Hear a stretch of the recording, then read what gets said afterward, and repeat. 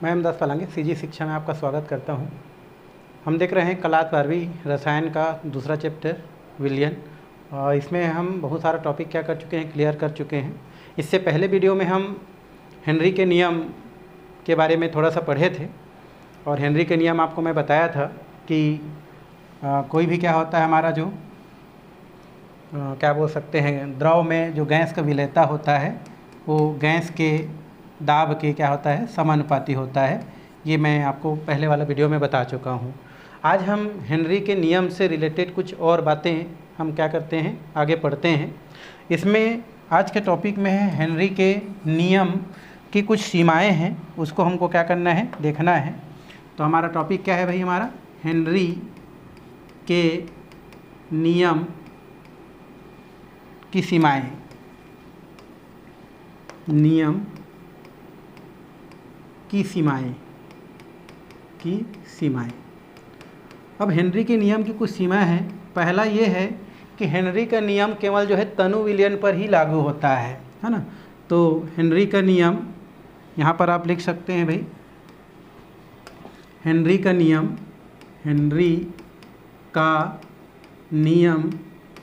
केवल तनु विलयन क्या है पहले जान चुके हैं, तनु विलयन पर ही लागू होता है, सांद्र विलयन पर लागू नहीं होता है भाई। तो पहला आप जो है सीमा अगर पूछता है तो बता सकते हैं कि जो हेनरी का नियम होता है वो तनु विलयन पर ही लागू किया जा सकता है या लागू होता है, सांद्र विलयन पर ये जो नियम है वो लागू नहीं होता है। सेकेंड नंबर हम ये बोल सकते हैं कि यदि विलेय और विलायक आपस में क्या कर ले, क्रिया कर ले, तो उस स्थिति में ये जो हमारा क्या होता है नियम जो होता है वो लागू नहीं होता है। मतलब जैसे गैस है और गैस को अगर हम क्या कर रहे हैं, विलायक में क्या कर रहे हैं, घोल रहे हैं और आपस में क्या कर लेता है, वो क्रिया कर लेता है, तो उस स्थिति में हेनरी का नियम लागू नहीं होता है। तो यहाँ पर लिख सकते हैं जैसे विलेय इसमें क्या होता है, गैस है, और विलायक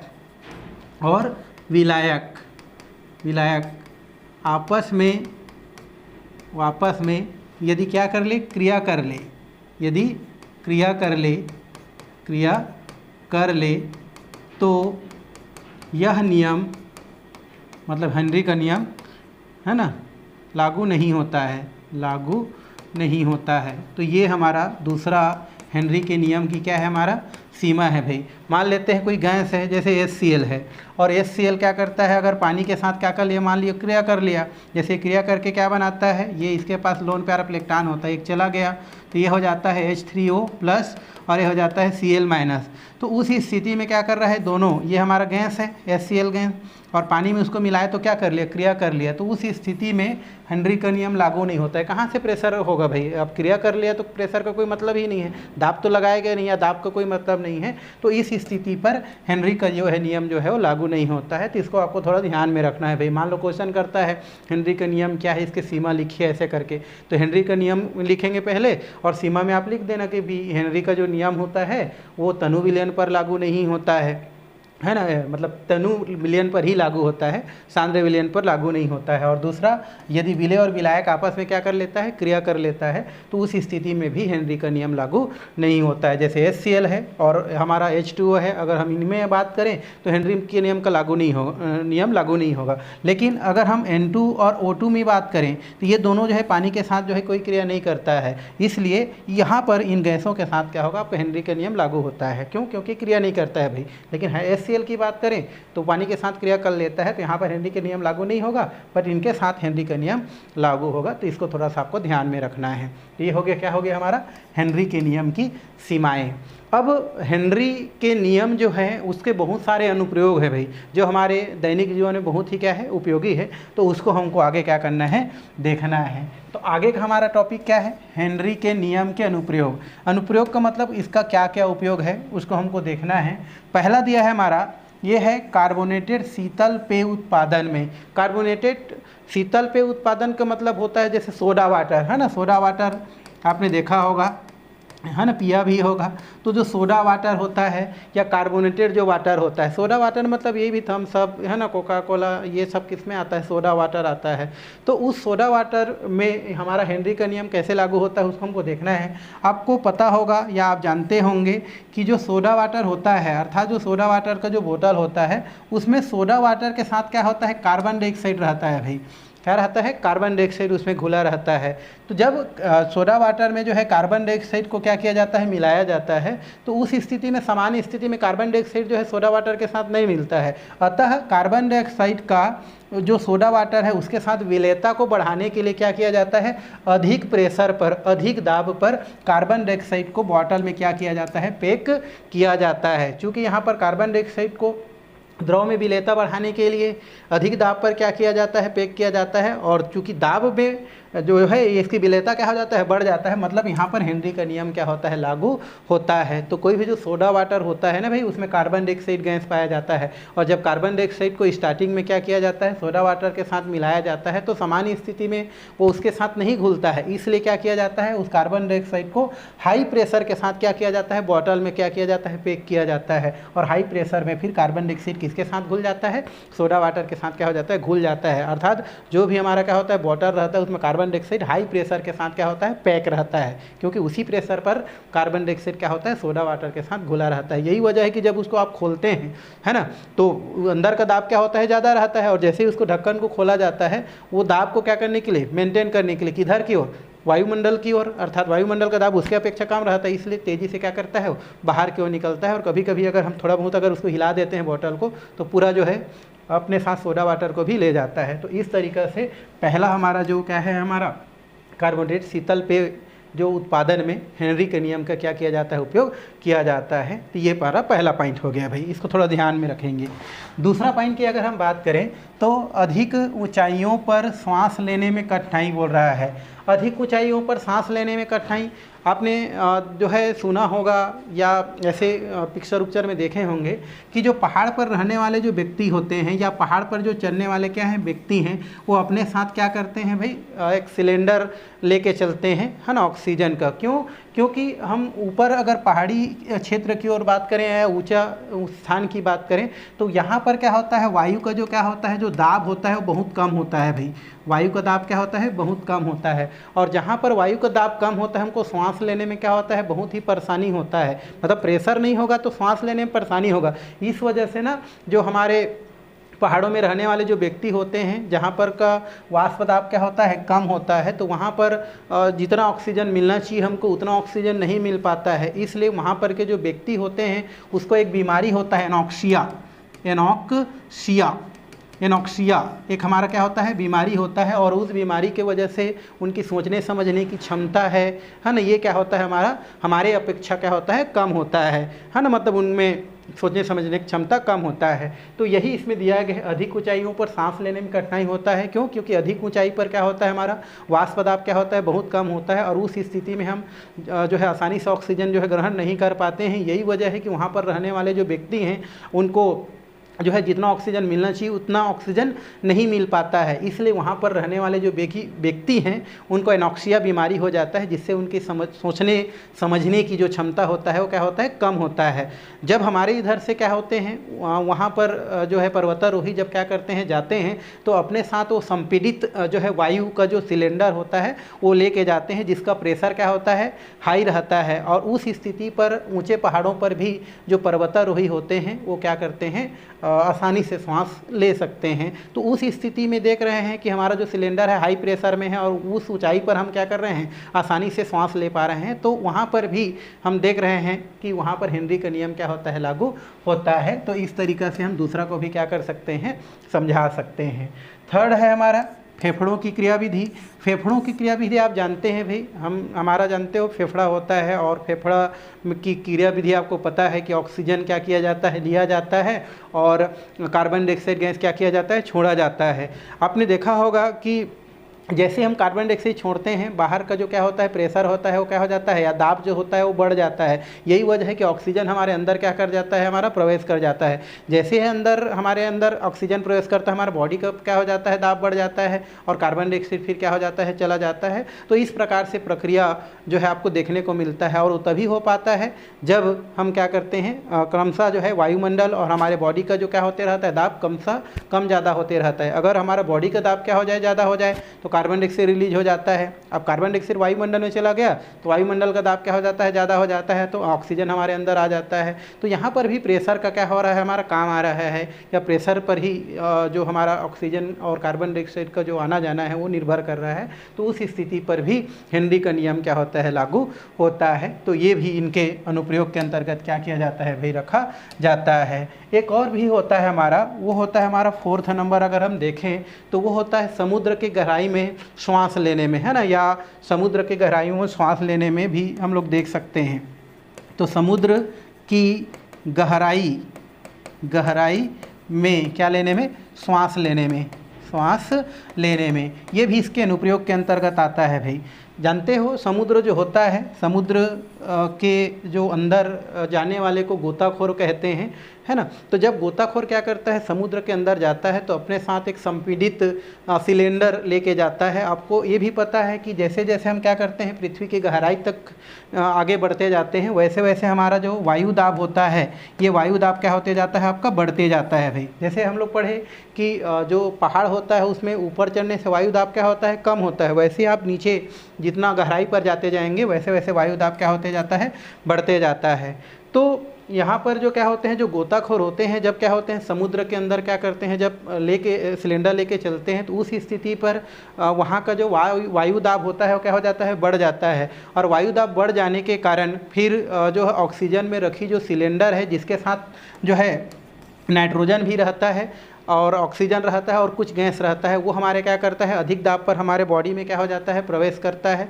और फिर वो जो है आपका पूरे बॉडी में प्रवेश करने के बाद ब्लड के साथ क्या करता है, क्रिया करता है। तो ब्लड के साथ ऑक्सीजन जो है क्रिया करके क्या कराता है, हमारा ऑक्सीजन के साथ क्रिया करके ये ऑक्सी हीमोग्लोबिन बना लेता है, ऑक्सी हीमोग्लोबिन बनाता है कौन, ऑक्सीजन। लेकिन नाइट्रोजन जो होता है वो ब्लड के साथ कोई क्रिया नहीं करता है, लेकिन अधिक प्रेशर पर क्या हो जाता है, घुल जाता है। अब जैसे ही गोताखोर क्या करता है, जैसे ही तली पर आता है, वैसे हम देखते हैं कि जो नाइट्रोजन होता है जो अधिक ताप पर ब्लड में क्या रहता है, घुला रहता है, वो जैसे ही गोताखोर ऊपर आता है उसका अचानक से क्या होता है, ऊपर का दाब कम हो जाता है। लेकिन बॉडी के अंदर जो उपस्थित जो क्या होता है, हमारा नाइट्रोजन गैस होता है, अभी भी क्या रहता है, हाई प्रेशर पर रहता है और ऊपर आने से दाब कम हो जाने की वजह से बाहर निकलने का क्या करता है, प्रयास करता है। और इस वजह से पूरे शरीर में क्या होता है, हमारा उसके निकलने के कारण या बॉडी में से निकलने के कारण दर्द उत्पन्न होता है, ऐंठन उत्पन्न होता है और कभी कभी जो व्यक्ति होता है उसका क्या हो जाता है, मृत्यु भी हो जाता है। ऑक्सीजन में ऐसा नहीं होता है, क्यों, क्योंकि वो जो है क्या हो जाता है, आपका ऊर्जा के रूप में क्या हो जाता है, खर्च हो जाता है। आजकल इस जो है समस्या है, इस समस्या को दूर करने के लिए आजकल जो है अब जो संपीड़ित जो सिलेंडर है उसमें हीलियम का भी प्रयोग किया जा रहा है, क्योंकि हीलियम जो होता है वो ऑक्सीजन को या अन्य गैस को जो है एक दाब के अनुसार क्या कर देता है, परिवर्तित कर देता है, या वही दाब उसको उपलब्ध कराता है जो कि वन वायुमंडलीय दाब में कोई भी गैस क्या करता है, हमारा होता है। तो इस तरीक़ा से आजकल हीलियम युक्त जो भी क्या होता है हमारा सिलेंडर है उसका क्या किया जाता है, उपयोग किया जाता है। तो इस प्रकार से 4-5 इनका अनुप्रयोग है, उन अनुप्रयोगों को क्या किया जा सकता है, हेनरी के नियम के अंतर्गत रखा जा सकता है। तो ये हो गया भाई आपका हेनरी के नियम का अनुप्रयोग। चलिए अब इसके बाद देखते हैं हम लोग, वो है ठोसों की द्रव में विलयता। ठोसों की द्रव में विलयता, यहाँ पर जो ठोस है ये ठोस आपका विलय के जैसा बिहेव करता है और यहाँ पर जो द्रव है वो विलायक के जैसा बिहेव करता है भाई। अर्थात ठोस पदार्थ अर्थात विलय पदार्थ का विलायक में विलयता का बारे में हमको क्या करना है, अध्ययन करना है। परिभाषा देने की ज़रूरत नहीं है भाई। ठोस पदार्थों का अगर द्रव में क्या कर दें, घोल दें, तो वो ठोस द्रव में विलयता कहलाता है। या ये बोल सकते हैं कि विलायक के ये जो निश्चित मात्रा होता है या द्रव के जो निश्चित मात्रा है उसमें ठोस पदार्थ की जितनी मात्रा क्या की जा सकती, घोली जा सकती है, वो क्या कहलाती है, ठोसों की द्रव में विलयता कहलाती है ना। जैसे इसमें ठोस में अगर हम शक्कर ले लेते हैं तो ये शक्कर हो गया, और द्रव में हम क्या ले लेते हैं, पानी ले लेते हैं। तो इस प्रकार से शक्कर का पानी में जो विलेयता है वो क्या कहलाती है, ठोस की द्रव में विलेयता कहलाती है। तो अलग से परिभाषा लिखने की ज़रूरत नहीं है ना, आप आसानी से इसको क्या कर सकते हैं, समझ सकते हैं।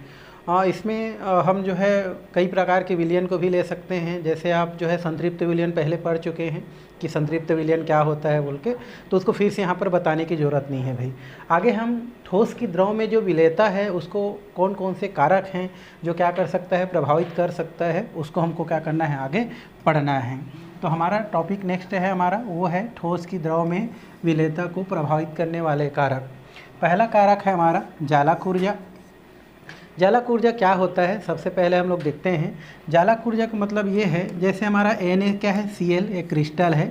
इस क्रिस्टल को अगर हम क्या कर देते हैं, तोड़ देते हैं, किस में हमारा Na+Cl- में, तो NaCl का जो क्रिस्टल है उसको Na+ आयन और Cl- आयन में तोड़ने के लिए जितनी ऊर्जा की क्या होती है, आवश्यकता होती है, या जितनी ऊष्मा की आवश्यकता होती है, वही क्या कहलाती है, हमारी जालक ऊर्जा कहलाती है, या जालक ऊर्जा कहते हैं। तो ये क्या हो गया, जालक ऊर्जा। मतलब किसी भी क्रिस्टल को उसके अवयवी कणों में तोड़ने के लिए जितनी ऊर्जा की आवश्यकता होती है वो क्या कहलाती है, आपकी जालक ऊर्जा कहलाती है, या जालक ऊर्जा कहते हैं। ठीक है, इसी एक आधार पर एक विलायकन ऊर्जा भी है ना, जिसको जल योजन ऊर्जा भी कहते हैं।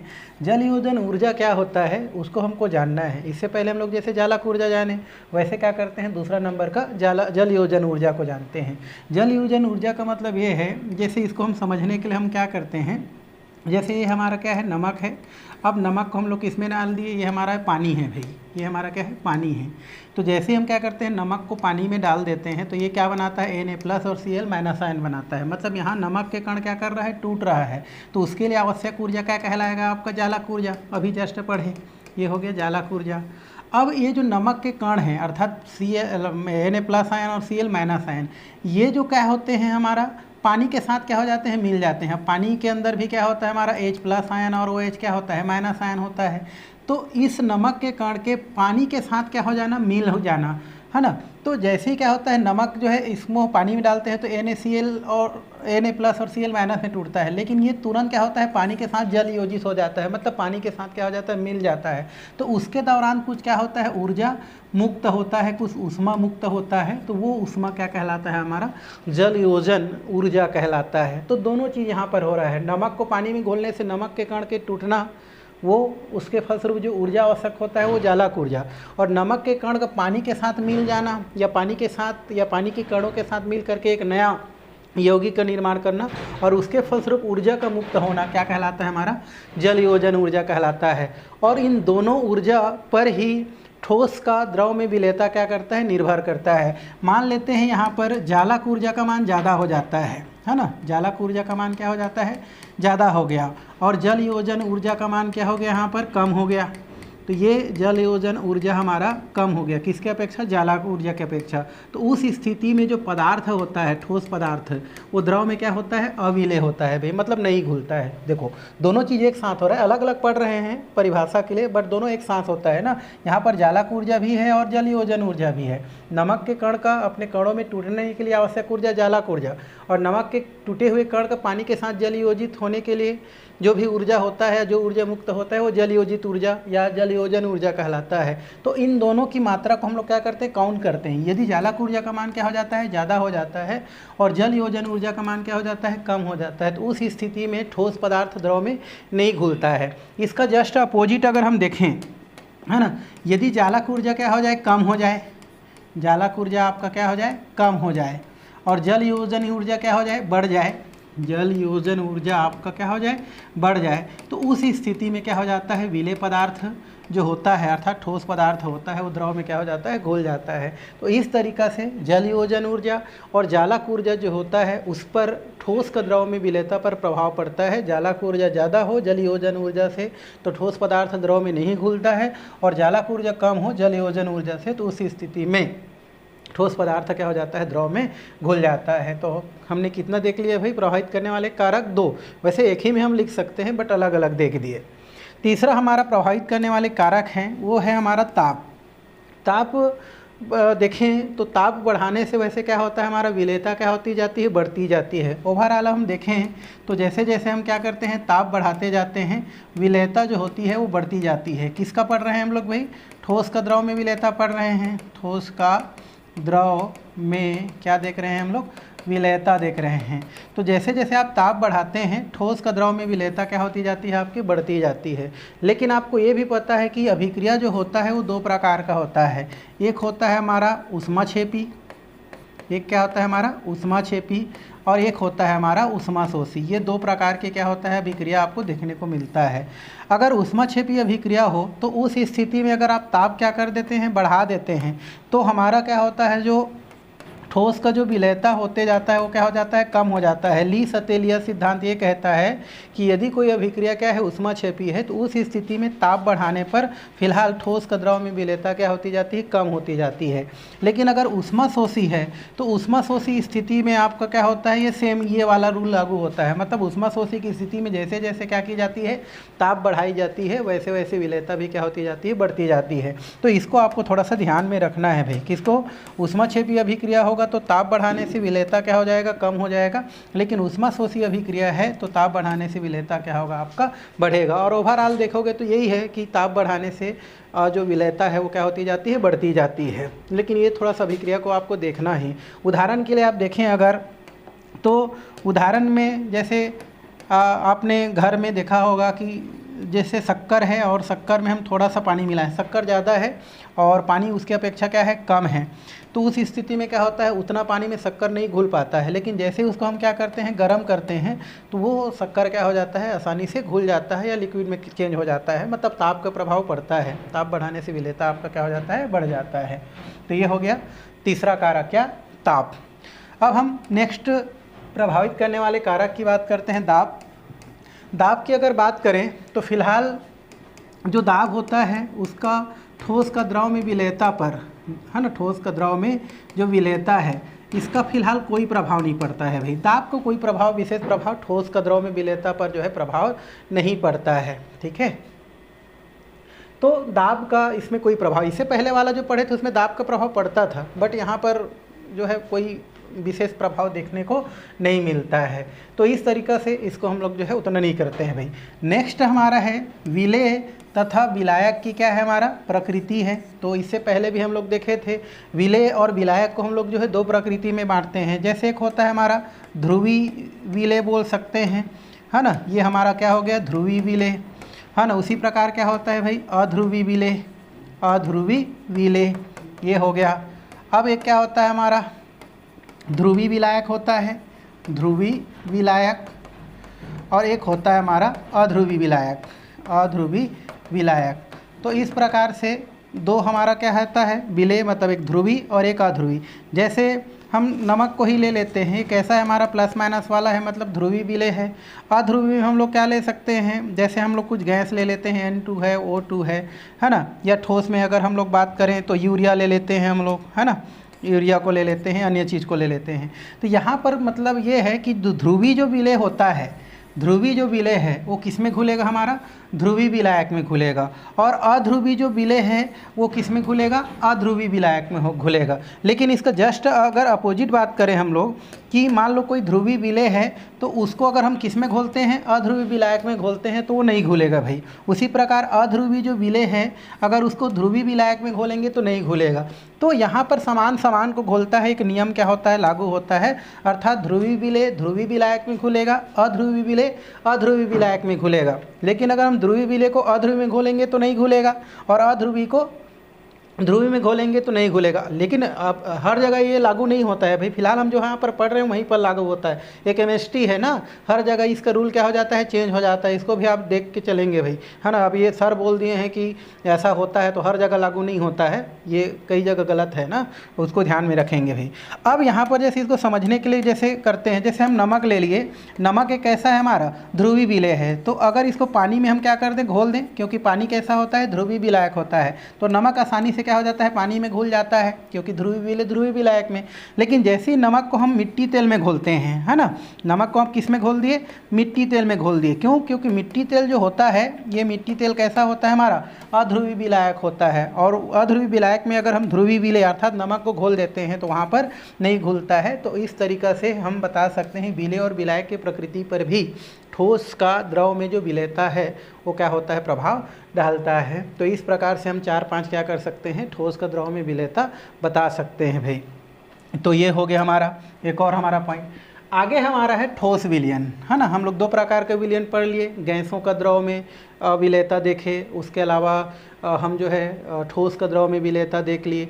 हमारा थर्ड है ठोस का ठोस में विलेयता, मतलब ठोस विलयन। इसका मतलब यही है कि ठोस को हम लोग किस में घोल रहे हैं, ठोस में ही घोल रहे हैं ना। ठोस का ठोस में विलेयता, ठोस का ठोस में विलेयता, ये हम देख रहे हैं, जिसको हम लोग जो है शॉर्ट फॉर्म में क्या बोल रहे हैं भाई, ठोस विलयन बोल रहे हैं। अब आप बोलेंगे कि ठोस में ठोस को कैसे घोल सकते हैं, घोल सकते हैं केमिस्ट्री में, ठीक है, ओके। तो यहाँ पर ठोस विलयन, अब इस विलयन को 2 भागों में क्या करते हैं हम लोग, बांटते हैं भाई, है ना, उसको देखेंगे। तो ठोस विलयन में क्या होता है, विलय भी क्या होता है हमारा, ठोस होता है ना, और विलायक भी क्या होता है हमारा, ठोस होता है। तो इस प्रकार से हम लोग दोनों मिल करके क्या बनाता है, विलयन बनाता है। तो उस स्थिति में उसको हम लोग क्या बोलते हैं, ठोस विलयन कहते हैं। और इस विलयन को हम आगे जो है कितने भागों में बांट के चलते हैं भाई, 2 भागों में। एक होता है हमारा प्रतिस्थापित ठोस, जो हम देखने वाले हैं, प्रतिस्थापित ठोस बोलते हैं, प्रतिस्थापित ठोस विलयन, ठोस विलयन। और एक होता है अंतरकाशी, अंतरकाशी ठोस विलयन, ठोस विलयन।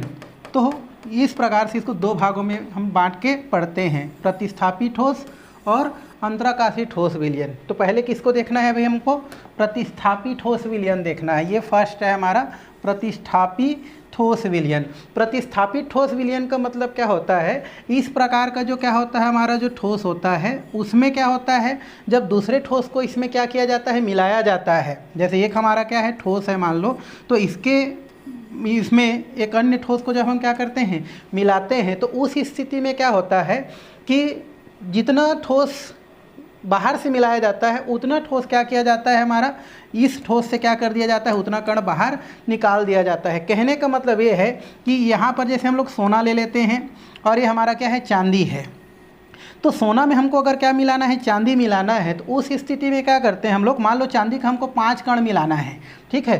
तो 5 कण मिलाने के लिए किस पर, सोना में, सोना का 5 कण क्या करना पड़ता है, निकालना पड़ता है। तो सोना का 5 कण निकालेंगे तब जा कर के क्या होता है हमारा, 5 कण क्या होता है, चांदी का मिलाया जाता है। तो इस स्थिति में देखो जो थर्ड हमारा जो क्या होता है विलयन तैयार होता है, उसमें क्या रहता है हमारा, कुछ मात्रा में सिल्वर रहता है और क्या रहता है हमारा, इसमें सोना रहता है। तो उस स्थिति में ये जो विलयन तैयार होता है उसको हम क्या बोलते हैं, ठोस विलयन कहते हैं। मतलब ठोस विलयन वह विलयन होता है जिसमें एक ठोस पदार्थ के अंदर उपस्थित कणों को दूसरे ठोस पदार्थ क्या करता है, प्रतिस्थापित कर देता है। और इस प्रकार से बना विलयन क्या कहलाता है, आपका ठोस विलयन कहलाता है। और इसका उदाहरण आप सोना और चांदी से क्या कर सकते हैं, समझ सकते हैं। वैसे प्योर सोना जो है आभूषण के रूप में यूज़ नहीं आता है। बोलते हैं कि प्योर सोना उपयोग करते हैं तो बहुत मुलायम होता है बोलते हैं, इसलिए उसमें अशुद्धि के रूप में कुछ क्या मिला दिया जाता है, चांदी का या अन्य धातु क्या कर दिया जाता है, मिला दिया जाता है। तो वो जो धातु बनता है थर्ड, जिसे मिश्र धातु बोलते हैं,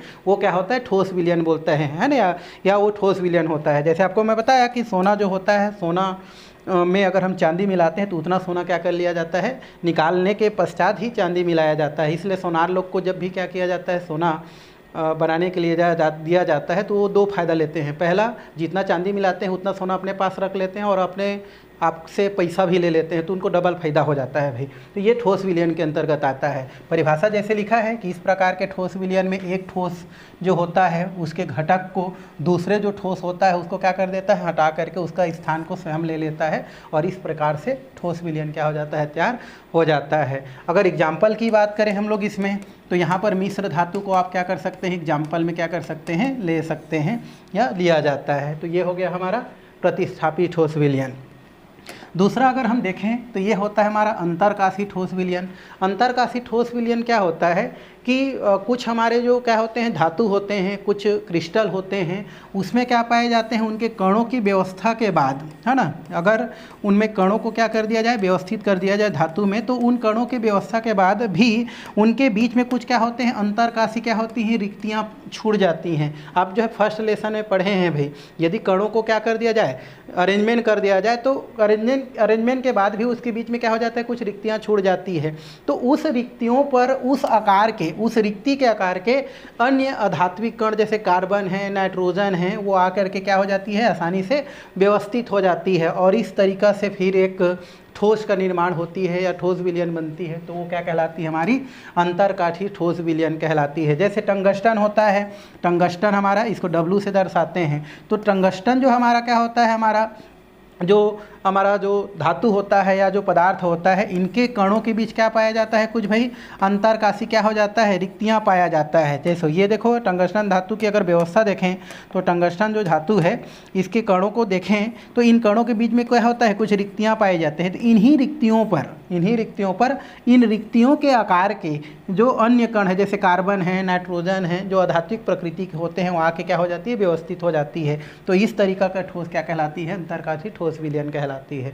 तो ये हो गया आपका ठोस विलयन। परिभाषा लिखा है, आप देख सकते हैं कि किसी क्रिस्टल जालक में धातु परमाणु के बीच कुछ क्या होती है, रिक्त स्थान पाई जाती है, और उन्हीं रिक्त स्थानों पर उन्हीं के आकार के क्या हो जाती है, कुछ छोटे परमाणु जाकर के क्या कर लेती है, वहाँ पर व्यवस्थित हो जाती हैं, स्थान धारण कर लेती है। तो वो विलयन आपकी अंतरकाशी ठोस विलयन कहलाती हैं। एग्जाम्पल की बात करें तो यहाँ पर हम टंगस्टन कार्बाइड को ले सकते हैं, जिसमें टंगस्टन के अंतरकाशी रिक्तियाँ पर कार्बन क्या होती है, व्यवस्थित रहती है। तो ये उनके उदाहरण के अंतर्गत ली जा सकती है भाई। तो ये हो गया आपका ठोस विलयन।